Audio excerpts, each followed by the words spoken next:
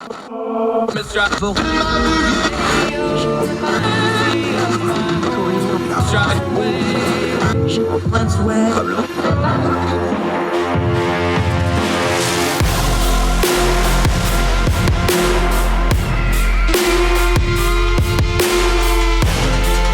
your host, Andrew Donaldson. This is Heard Tell.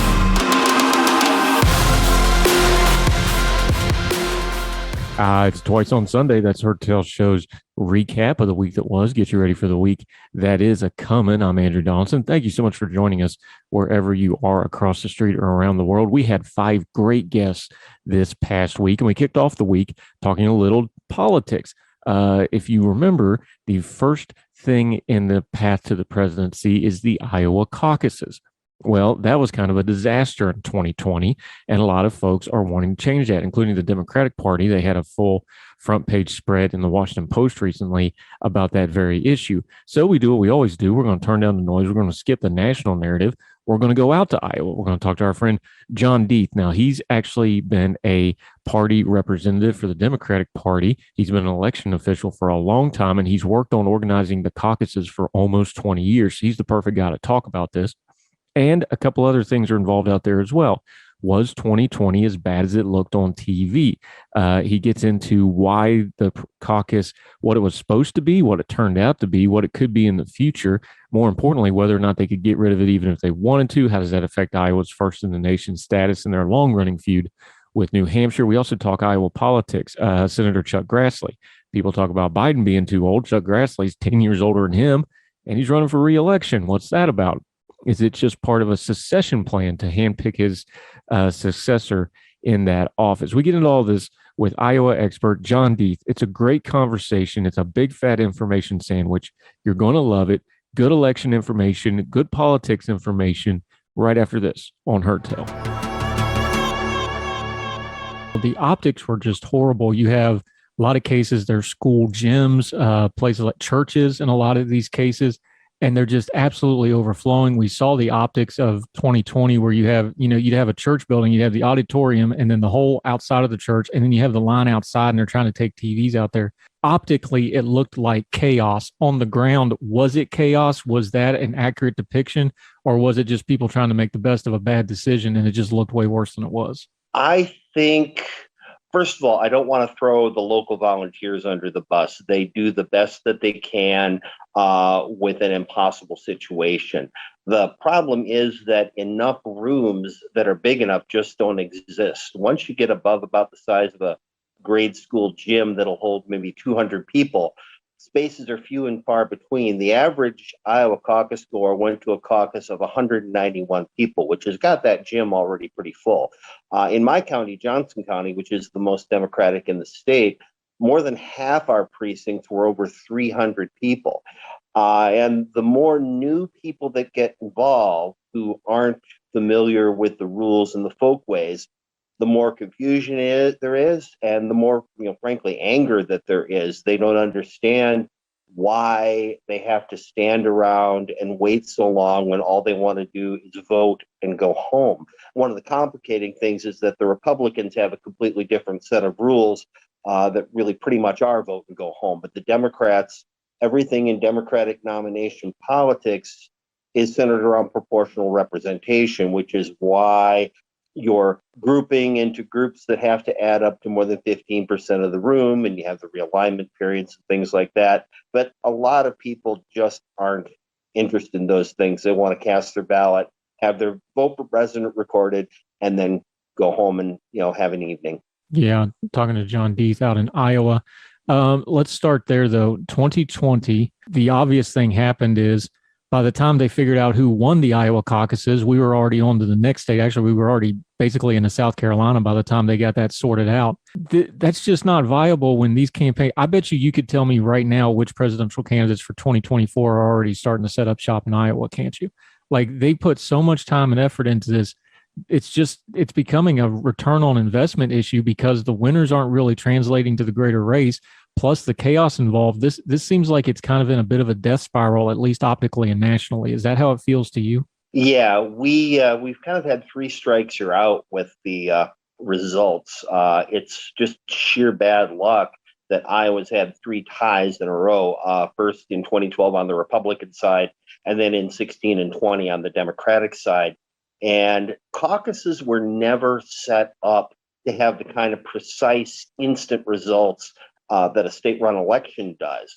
It's not about how many people voted for so-and-so. A caucus is really about electing delegates to a next level of convention. And so instead of using the infrastructure of the 99 county election offices, which is where I work for my day job, they are relying on an all-volunteer network of people who are trying to report into a state party. And that was a recipe for disaster, as we found out in 2020 on the Democratic side.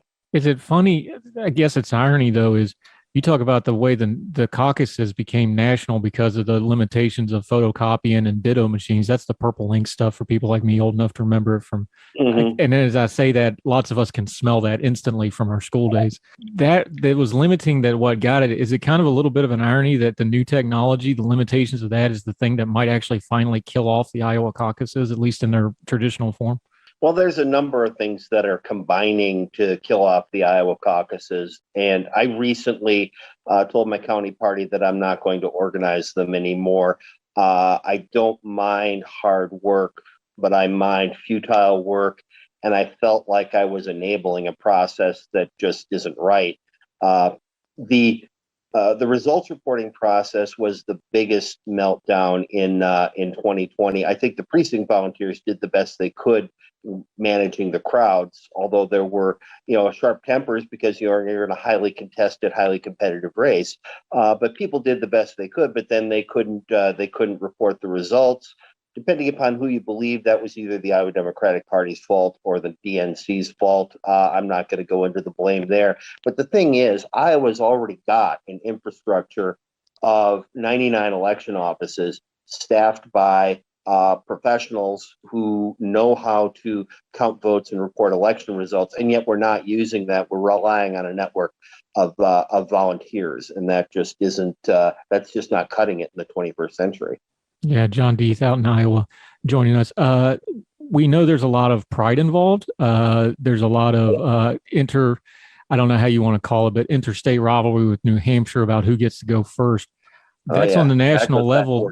Yeah, that's on the national level, though. The people that actually have to do these elections, the volunteers, the professional poll workers, where are they at it? Because they're the ones that are really carrying the burden here. Are they ready for a changeover to a primary system, even despite the national? I mean, I know nobody wants to give up their power and prestige, but are the workers like, okay, this has got to change, y'all killing us? Well, there's really 2 separate questions going on with Iowa right now: caucuses versus primary, and first in the nation. And I've been focused on caucuses as a system because I'm not going to, stand here and argue my state shouldn't be first. Of course, that's kind of fun. But there are a lot of the rank and file activists like themselves who are starting to stand up and say, first can no longer be an excuse for a bad process. We haven't even touched on it yet, but one of the biggest problems with the caucus is that you have to be in person, physically present to participate. There's no real absentee process. You can't request a mail ballot and vote it at home in secrecy. You have to be at a meeting. And even our attempt at including people who couldn't attend, which was satellite caucuses, you were still looking at having to be at a specific place at a specific time. My wife missed 2 caucuses in 2008. The boys were too little to go. And in 2016, she got hit with mandatory overtime at work. So she didn't get to participate until 2020. Good grief. John Deeth out in Iowa. One more thing on the caucuses, just to wrap it up. The National Party is obviously making some pushes for change. They bring up things like Iowa's diversity. They bring up things like the antiquated caucus. Do you think the first in the nation and the caucus is combined? Can they be bifurcated where you get one or not the other? And which one would you prefer? How do you see this playing out between now and 2020? Because they basically got to the end of this year. They're going to have to make a decision here one way or the other. So what do you think it's going to play out? It's hard to say. One of the biggest factors in how Iowa has set up its rules has been this kind of trying to read the tea leaves of Bill Gardner, the New Hampshire Secretary of State, who recently retired. And we didn't want to do anything that upset him that might make him move New Hampshire in front of Iowa.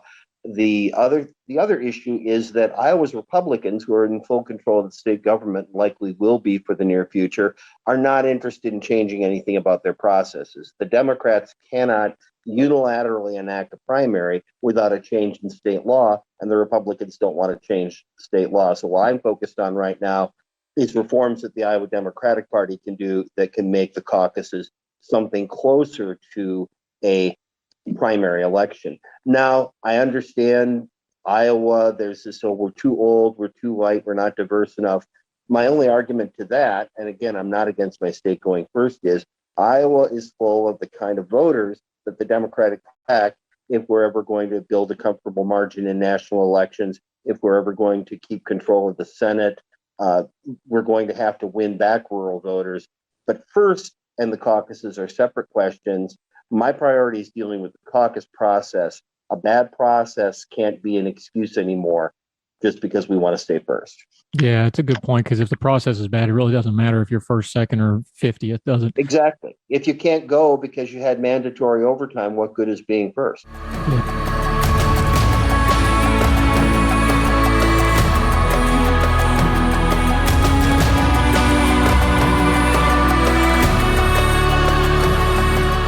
Welcome back to Twice on Sunday. That's Hertel's recap show of the week that was. Had a great conversation this week with Kelsey Grant. Now, she works in consulting in the energy industry. She helps energy companies try, in her own words, be the best that they can be, to steal the old Army tagline.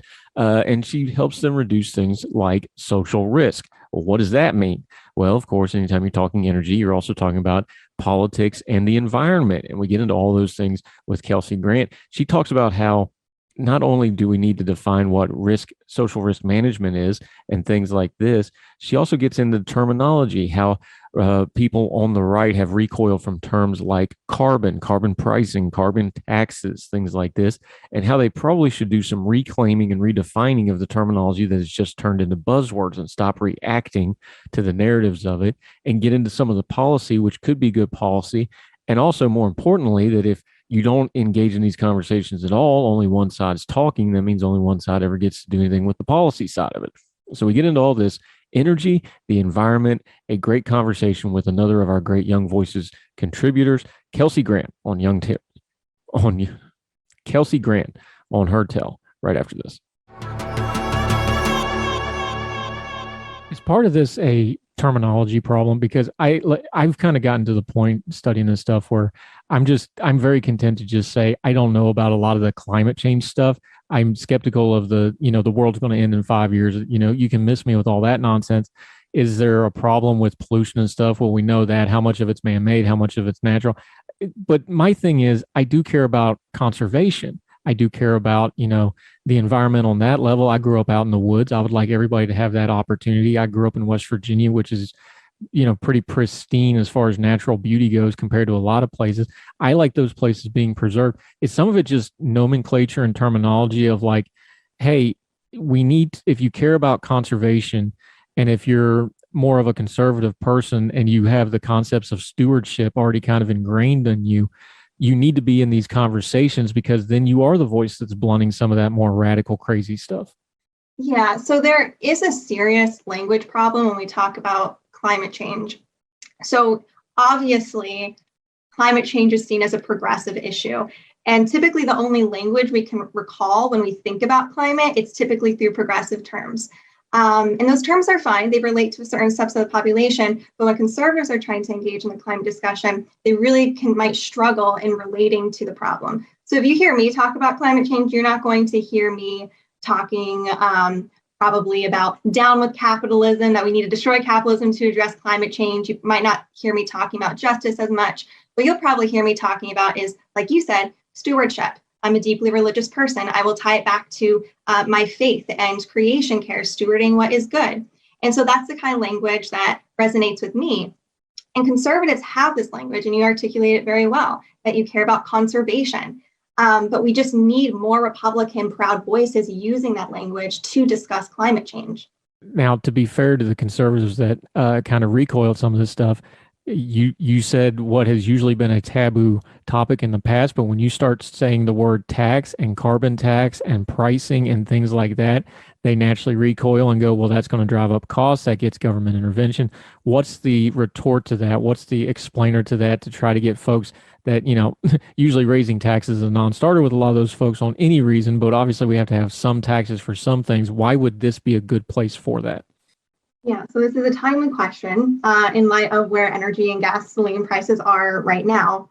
And so it's important to acknowledge that on its own, a carbon tax is regressive on its own. But going back to the original point that I had made is that a carbon tax is an incredibly flexible policy, and you can design it however you want. And I didn't address this in my article because you only have so many words that you can have in an opinion piece. But there's actually a version of a carbon tax that addresses exactly that problem you brought up about energy prices. So you can actually, there's actually a Republican climate platform that's actually structured around this kind of proposal. But what you can do is, in addition to a carbon tax, you can pair it with what is called a carbon dividend. And so what that is, it's a monthly rebate back to American households. So the government will take all the money that is generated from a carbon tax minus a very, very small administrative fee, and they will dividend it back to every single American household. And what that does is it not only offsets the rising energy costs, for a majority of Americans, they would be left even more whole than they were before. And so it insulates them from these rising energy and gasoline prices.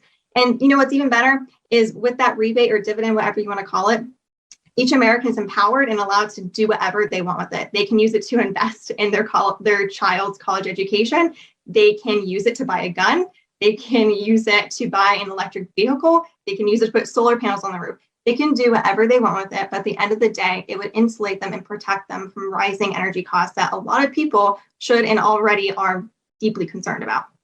So you wrote this piece before the events in Ukraine. Russia invades them. Obviously, huge geopolitical ramification, huge energy and environmental and climate implications because of the gas and natural gas pipelines that go through Ukraine to get to Europe. What's changed since then as far as the policies go? Because you're talking about things like carbon offsets, you talk about border policies. What's changed because of what Russia did? Yeah, so in my article, I discussed what was called, or is called, a border carbon adjustment. And I cite I think, a fantastic article written by Senator Kramer, a Republican senator, on the topic of a border carbon adjustment and Russia. And so before I talk about what has changed since the invasion, I think I'll just list a few things, or a few benefits and advantages to border carbon adjustment. And to take a step back, what a border carbon adjustment mechanism is it's a fee applied at the border. So there's a fee that is tacked onto carbon intensive goods coming into the United States or the country that has applied a border carbon adjustment. And moving forward, I'll also refer to it as a BCA for short. So first, a border carbon adjustment is a way for the United States to capitalize on its already very carbon efficient processes at home, giving it an instant competitive advantage in the global markets against trading partners that are less carbon efficient at home. Second, it allows the United States to set the rules on climate policy and energy policy globally, posturing us as a leader rather than a follower into the 21st century on energy development and climate. And in relation to Russia, which is what the Senator Kramer's article really had to do with, is a border carbon adjustment has the potential to undercut Russia's leverage over our energy dependent EU allies. So, Russia's oil and gas exports make up about 40 to 60% of the government's revenue every year. And it's a really key leverage tool, the United States, and in addition in partnership with our EU allies over Putin. And so then you ask, what has changed since Putin has invaded Ukraine? And so my opinions on a border carbon adjustment hasn't changed necessarily. I think it's a good policy for the reasons I just mentioned. However, there's something something that I've really gotten out of the Russian-Ukraine conflict, and in terms of how our energy markets are operating right now, is we should address energy policy with at least a little bit more humility. So what we are seeing with the energy transition debate and energy transition narratives that have been unfolding is that people who had beliefs about the energy transition and climate policy before Russia's invasion of Ukraine, they're basically using the invasion to affirm what they had already thought on both sides of the argument. And I really think that's probably an unproductive way for us to carry forward our debates and conversations on energy. I think it's really important for us to step back and to try to be as humble as possible moving forward, because there are considerations that we have to balance here. One is climate, and the other one, and these are not the only two, but two major considerations right now, is nuclear risk. And so I think the question I'm really wrestling with right now, I don't have a perfect answer, is how do we pursue smart, responsible energy policy that doesn't increase conflict with countries like Russia that are somewhat unpredictable, who have put their nuclear weapons on high alert. And so that's my biggest takeaway after the invasion, is to just proceed very, very cautiously and humbly. And in fact, I think this, going back to the original point of my article, is I think this is where Republicans would be very useful. I think Republicans could help support us in developing a very pragmatic, responsible approach to approach to decarbonization policy at home and internationally.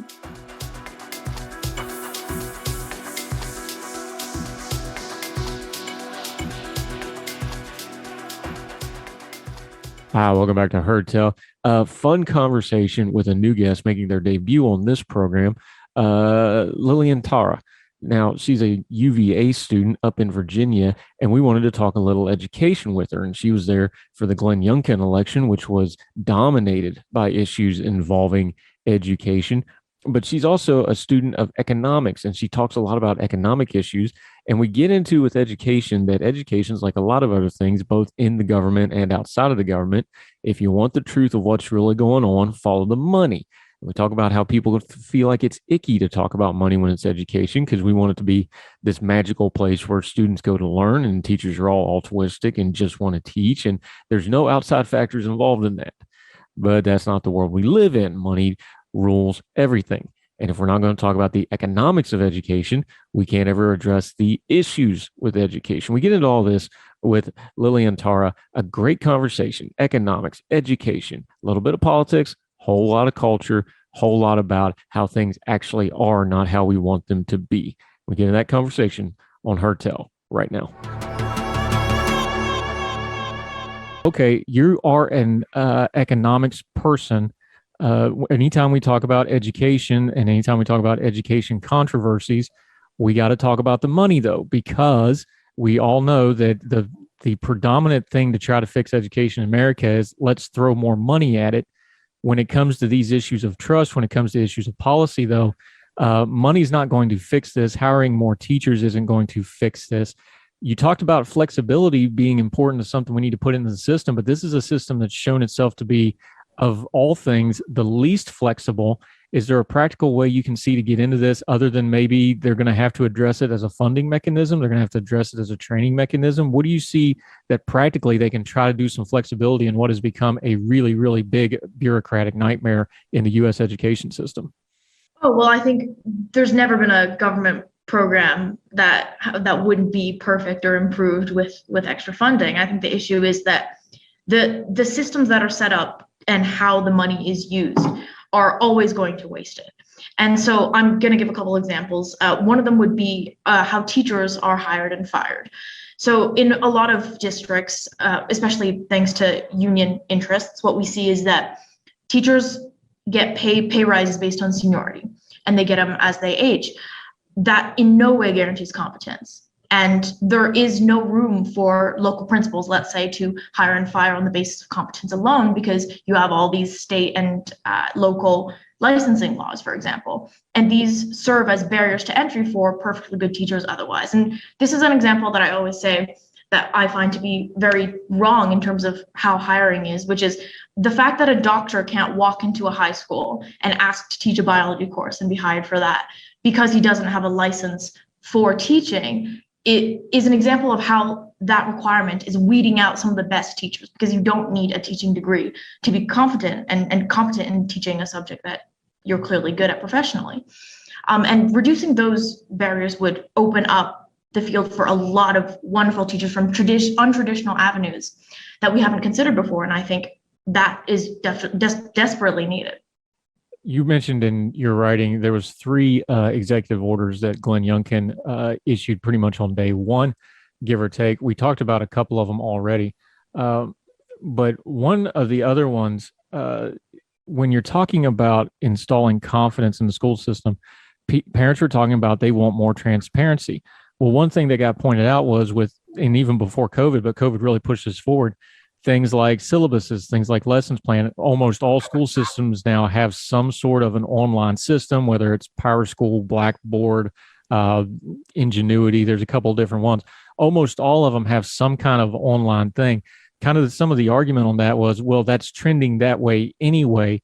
Is that sort of stuff necessary to actually be put into law, or is that infringing onto the teachers? Is there such a thing as too much in-classroom interference from the outside? I know parents have a right for their children, but at the same time, they aren't professional educators. We do need to give the teachers a little bit of room to breathe here as well, don't we? True, and I think actually many parents would agree with you in that most parents have no interest in micromanaging things like Blackboard or relatively uncontroversial means of delivering education, let's say. And I think the greatest controversy has been of substance, and that would be more political issues. I think up till now, I've rarely seen a teacher. I think the issue with COVID was that some students were unhappy being kept at home. Some would rather have been kept at home. And that was the political element of COVID and not really the educational side of things. So yeah, I think many would agree with you on that. Let's talk about that for just a second, because again, your background is in economics. That's where you like. Economically, I know I wrote about it. When you have the schools completely shut down and you have, parents and teachers and students all in the same boat where they can't go into a school, but they still had to go to the grocery store together. They still had to do other things together. That weighs on the economy in a weird way, because that gets into people's mindsets. Because I know I wrote about it, the shopping center is right across from where the grade school and the high school is, and all the same people, they're not allowed to go in the school, but they're all at the grocery store right across the street.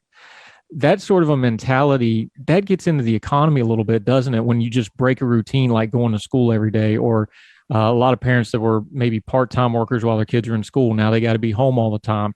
The child care stuff, we're back away from it a little bit. I think the way schools and education and the school shutdown was really one of the real drivers of the economic uncertainty that didn't get talked about, because when the kids aren't in schools, because let's call it what it is, education is a giant daycare program for a lot of kids.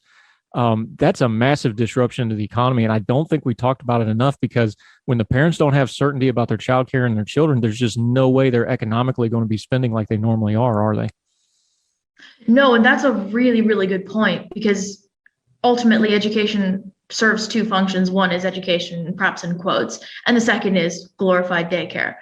And right now, as a society, we're at the point where the norm is both parents working and sending their kids to school. And at this point, it makes sense to put your kids somewhere, as long as they're not being actively harmed. It's better than keeping them home, because parents aren't comfortable or qualified, supposedly, or interested in homeschooling.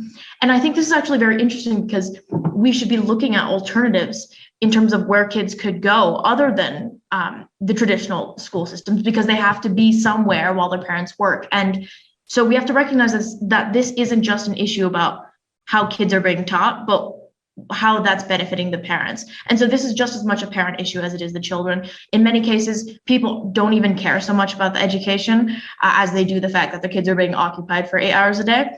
And so, yes, remembering that parents have their own needs in this regard is super, super important. And they should be talking about the struggles that they have and how they feel that their kids should be taken care of while they're working, or if they'd be comfortable working less. Yeah, talking about Yeah, talking to Lillian Tower. The other end of that spectrum, though, we found out during the COVID pandemic, and it didn't get talked about a lot, but it showed up in the data a lot to people to pay attention to it. The other end of the spectrum, the children who don't have two parents, some of them don't have one parent, disaffected kids, underprivileged communities, minority groups. There was a lot of kids that got really lost in the shuffle when schools shut down. It's a little upsetting to me because we talk about online school and things like that. It's like, yeah, that works great. They talk about, well, you can always homeschool your kid if you don't. Most parents aren't equipped to do that. I'm a fan. Look, if you can homeschool your kids, God bless. That's there's a lot that goes into that if you're doing it right. Most people can't do that. I think that's always going to be a small percentage. But when you look at the students that got left behind, and some of them have just disappeared from the school system and still not come back. To me, this says that when we look at education, it needs to be an all of the above type thing, not just a one or two solution thing, because we found out with the pressure of this on with these disadvantaged kids with different parenting situations, one size fits all does not work in education. And I think that's a lesson out of this pandemic we need to take of, hey, when we're talking about like school choice and stuff, it's not just a matter of giving certain people a choice. It's about having an all of the above policy that best benefits children in education. Yeah, definitely. I think what I love about markets as a free market type person is that they're incredibly versatile and very, very adaptive to local needs based on local information. And this is something that is incredibly important in education because the local agent is the teacher working with that individual child. And with this element of personality, you just don't have something that can be seen from a state bureaucrat's perspective. And this is why I'm a big advocate of, say, charter schools. But one of the issues is that as soon as you bring in monetary issues, let's say, or you say that charter schools are monetarily more effective, you get charges of, well, you care about profit more about our children, or any amount of money is worth it if our children are being educated. The first response is, well, they're not. And the second is, so money does matter. And it's important to realize that when systems are doing more with less money, it's reflective of a general efficiency in terms of recognizing needs and addressing them. And that is greater than just profit. That's more about how students are having their needs met.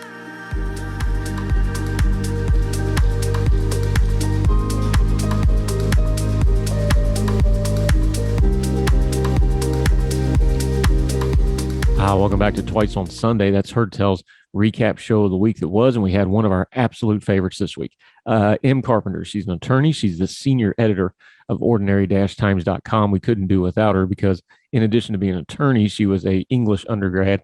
And there are some of us at Ordinary Times, not mentioning any names, that don't do so good on the grammar stuff sometimes. She cracks us back into line.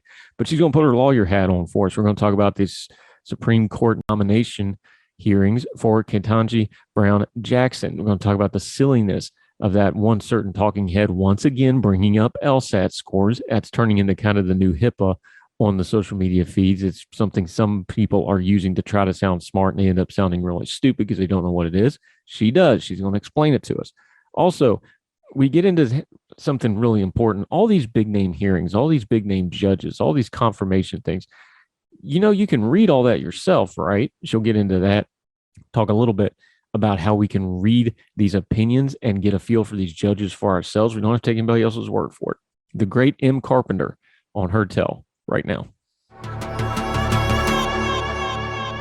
Have something that's going on. I think it's becoming a little bit like our HIPAA discussion and like Nuremberg codes and some other things that you rail on, where people start using a legal term to sound like they know what they're talking about with legal things, but they have no idea what they're talking about.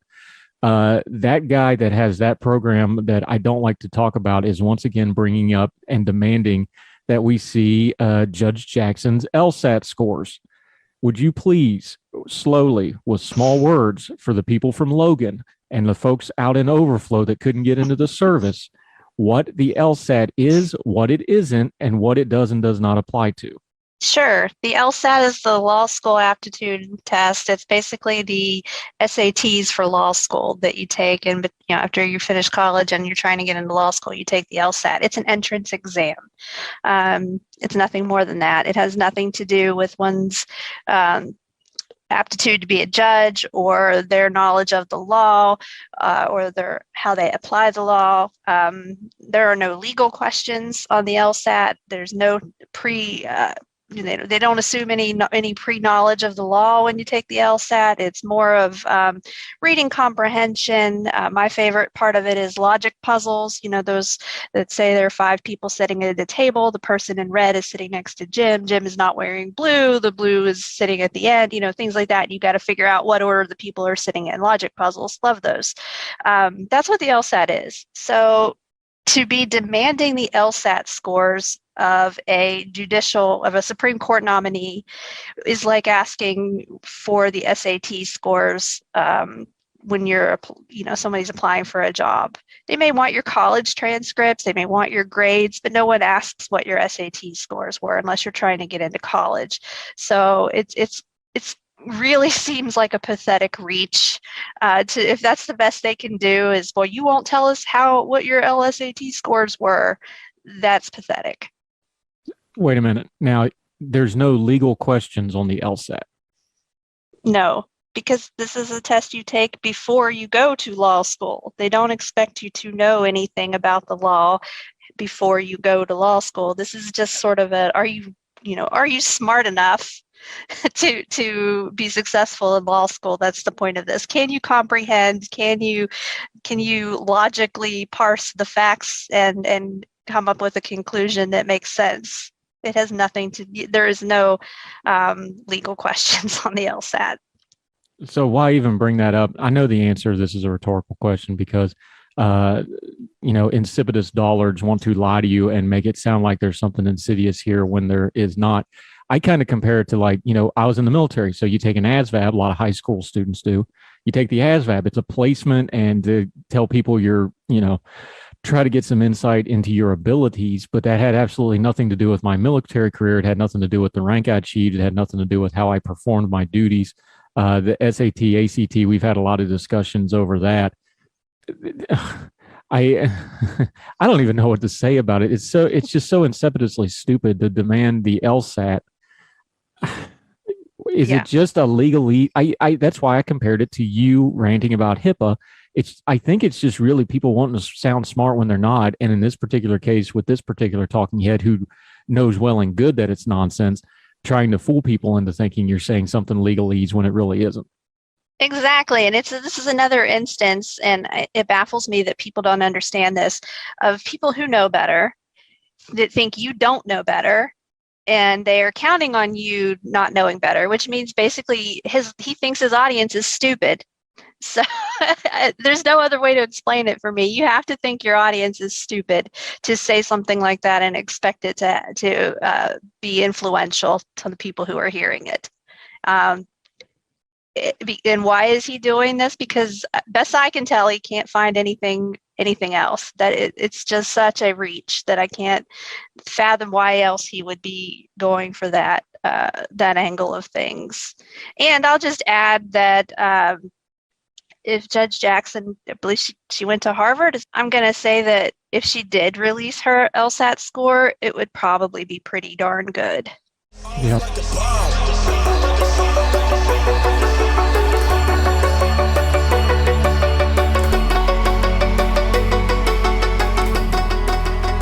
Welcome back to Heard Tells Twice on Sunday show, where we recap the week that was. We went down to Australia, down under. Another Young Voices contributor, Xinyan Quek, joined us. She's a student of economics, has degrees in economics. She's also an immigrant, moved to Australia to study in Sydney from Singapore, has great perspective on economics and things like immigration and how those two things always go together and you cannot separate them. We talk a lot of China, of course, because that dominates economics in that part of the world and all the rest of it. We get into some interesting stuff as well, though. She deals with the meme that's online of why doesn't the richest man in the world just write a check and end poverty or end childhood hunger or end whatever issue you want to bring up? Well, because that's not how that works. It wouldn't do any good, and just throwing money at a problem has never solved it. So we get into what really causes poverty, which leads into what causes wealth generation. That also leads into talking about free markets versus authoritarian systems and how we're seeing in places like Russia, the authoritarian systems You can never have true wealth generation. You can just redistribute it and funnel it to certain people. You need to unleash people to generate wealth. We talk about all these economic issues with Jin Young Quek, great new friend of ours.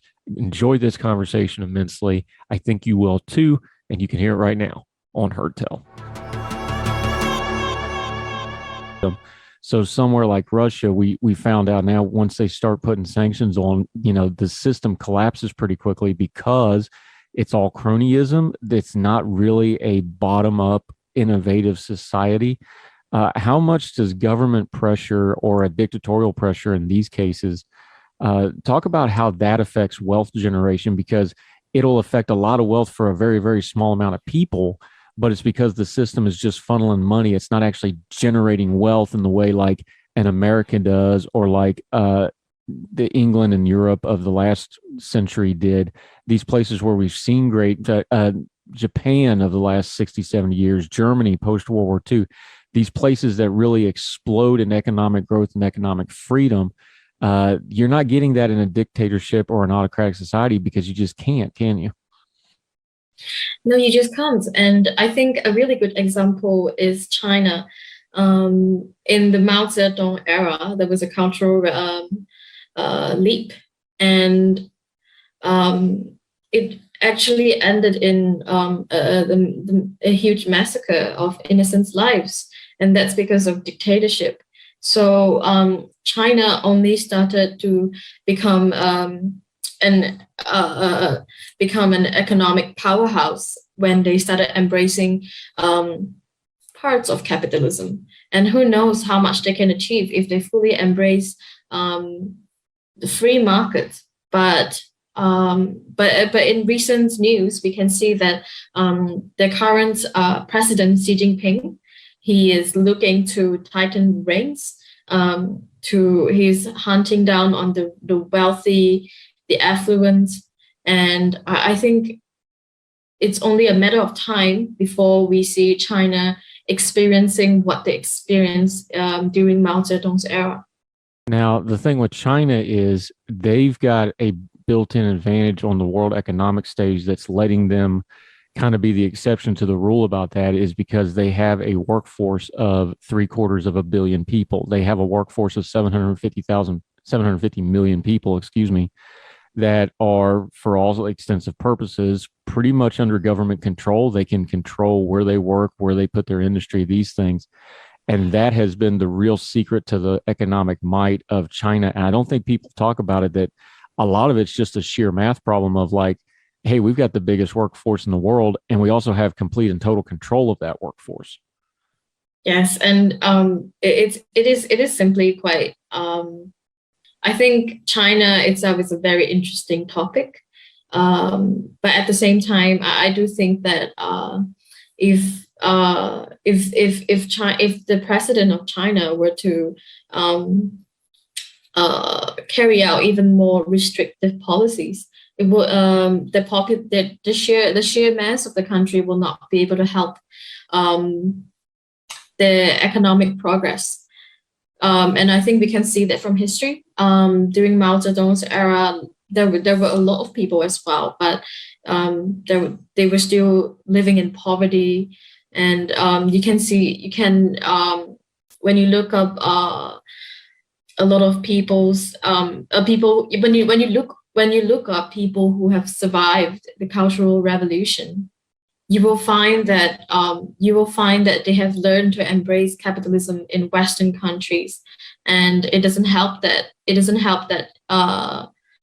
that China is taking a step towards capitalism, because they understand that it is only a matter of time before things go back to the way they were. Yeah, talking to our friend Quack over in Australia. Why is it? I know we talk about the human rights issues China has currently today, and we understand that their economic might is buying their excuses and enabling them to do that, because people don't want to, they don't want to break up the cash cow that China is.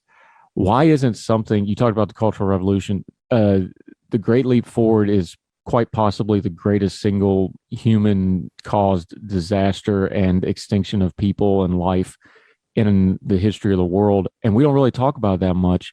I know China censors that's a lot of it, but you're just talking about 20, 25 million people starving to death basically on purpose. Why do you think that's not more in our collective consciousness as the world, especially in the West, where we're usually pretty good with stuff like human rights, but we just never talk about the Great Leap Forward? And this is one of the most horrific things in all of human history. I think perhaps a lot of countries don't want to jeopardize their economic ties with China, because they understand that even just by the sheer mass of the country, it'll be quite difficult for any countries to address this without triggering China. I think it was really interesting because I read an interesting article by the Prime Minister of Singapore, Lee Hsien Loong, and he basically gave an in-depth analysis on trade ties between Singapore, the US, and China. And what he really strives for is the perfect balance between not agitating China while maintaining good ties with the States. And I think perhaps a lot of world leaders all over the world are trying to do the same thing. And while this does make sense economically, it doesn't do anything to address the problems that China faces.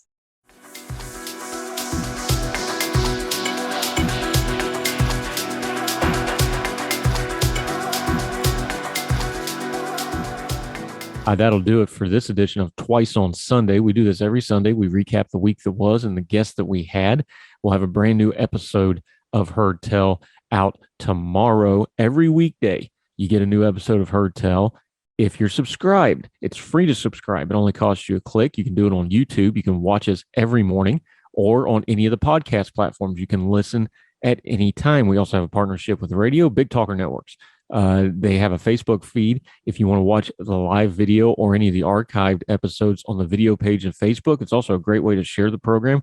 As for us here, though, you get a couple things. You get the weekly show like we talked about. You also get the Twice on Sunday show, which you just finished listening to. Long-form podcasts that get a little more into the weeds on things that need a little bit more effort and attention to them. We've got 36 of them. We hope you'll check out all of them. Everything from culture and politics to elections. Some really important issues in there too, like the opioid crisis, like missing persons, ones we're really, really proud of. Do go check those out on whatever platform you're listening. And the best thing you can do for us, if you want to help us out, only costs you a couple more of those free clicks. Share us. Use social media platforms. All those platforms we just talked about have a share button. They have a comment button. Make sure you let us know you're out there and share us with your friends. Contact us, heardtellshow@gmail.com, @heardtellshow on the Twitter, either one. All of the guests, their social media handles for Twitter appear on the screen. Make sure you follow and support them. And until we talk to you tomorrow for more brand new episodes of Heard Tell, I'm Andrew Donaldson, and we hope wherever you and yours are across the street or around the world, we hope you're well. We hope you're well fed. Can't wait to see you next time on Heard Tell. All the music on Heard Tell is provided under a Creative Content license from monstercat.com.